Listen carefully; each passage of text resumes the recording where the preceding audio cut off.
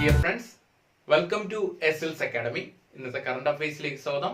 ആദ്യമായിട്ട് നമ്മൾ നോക്കുന്നത് ഒരു പ്രധാനപ്പെട്ട ഒരു പോയിന്റാണ്. ആദ്യമായിട്ട് നോക്കുന്നത് അടുത്തിടെ അന്തരിച്ച ഇന്ത്യൻ ടെന്നീസിന്റെ അമ്മ എന്നറിയപ്പെടുന്ന വ്യക്തിയായിരുന്നു വെച്ചാൽ മാഗി അമൃതരാജ്. മാഗി അമൃതരാജ് കൃത്യമായിട്ട് പഠിച്ചു വയ്ക്കുക, ഉറപ്പായിട്ടും ഒരു ചോദ്യം വരാൻ സാധ്യതയുള്ളതാണ്. അടുത്ത പ്രണയോപനിഷത്ത് എന്നത് ആരുടെ കൃതിയാണെന്ന് ചോദിച്ചാൽ VJ ജെയിംസ്. അടുത്ത വേൾഡ് ടോളസ്റ്റ് ഇൻഡോർ വാട്ടർഫാൾ സ്ഥാപിച്ച എവിടെയെന്ന് ചോദിച്ചാൽ സിംഗപ്പൂരിലെ ചാങ്കി എയർപോർട്ടിലാണ് സ്ഥാപിച്ചത്. അടുത്തിടെ ആമസോൺ അവരുടെ പ്രവർത്തനം അവസാനിപ്പിച്ച രാജ്യം എന്ന് ചോദിച്ചാൽ ചൈനയിലാണ് അവരുടെ ഓൺലൈൻ വ്യാപാരം നിർത്തലാക്കിയത്.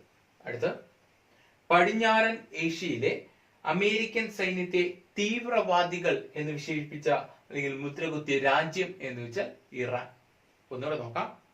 അടുത്തിടെ അന്തരിച്ച ഇന്ത്യൻ ടെന്നീസിന്റെ അമ്മ എന്നറിയപ്പെടുന്ന വ്യക്തിയായിരുന്നു വെച്ചാൽ മാഗി അമൃതരാജ്. പ്രണയോപനിഷത്ത് എന്ന കൃതി ആരുടെ എന്ന് ചോദിച്ചാൽ VJ James. World tallest indoor waterfall സ്ഥാപിച്ച എവിടെയെന്ന് ചോദിച്ചാൽ സിംഗപ്പൂർ ചാങ്കി എയർപോർട്ട്. അടുത്തിടെ ആമസോൺ അവരുടെ പ്രവർത്തനം അവസാനിപ്പിച്ച രാജ്യം എന്ന് ചോദിച്ചാൽ ചൈന. പടിഞ്ഞാറൻ ഏഷ്യയിലെ അമേരിക്കൻ സൈന്യത്തെ തീവ്രവാദികൾ എന്ന് മുദ്രകുത്തിയ രാജ്യം എന്ന് വെച്ചാൽ ഇറാൻ. അടുത്ത പോയിന്റ് നോക്കാം. സ്ത്രീ സുരക്ഷയ്ക്കായി മൈ സർക്കിൾ ആപ്പ് പുറത്തിറക്കിയ ടെലികോം കമ്പനി എന്ന് വെച്ചാൽ എയർടെൽ. അടുത്ത സിറ്റിസൺ രാജ് എന്ന പുസ്തകത്തിന്റെ രചയിതാവാരെന്ന് ചോദിച്ചാൽ സുർജിത് എസ് വല്ല. അടുത്ത അന്താരാഷ്ട്ര ആർട്ടിഫിഷ്യൽ ഇന്റലിജൻസ് സമ്മിറ്റ് വേദിയാകുന്ന രാജ്യം എന്ന് വെച്ചാൽ UAE. അടുത്ത പോയിന്റ് തീരദേശ തണ്ണീർത്തടങ്ങൾ സംരക്ഷണത്തിനായി സെൻട്രൽ മറൈൻ ഫിഷറീസ് റിസർച്ച് ഇൻസ്റ്റിറ്റ്യൂട്ടുമായി സഹകരിക്കുന്ന സ്ഥാപനം എന്ന് വെച്ചാൽ ISRO.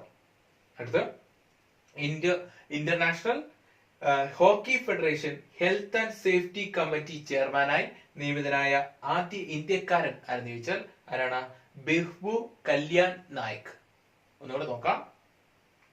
സ്ത്രീ സുരക്ഷയ്ക്കായി മൈ സർക്കിൾ ആപ്പ് പുറത്തിറക്കിയ ടെലികോം കമ്പനി എയർടെൽ.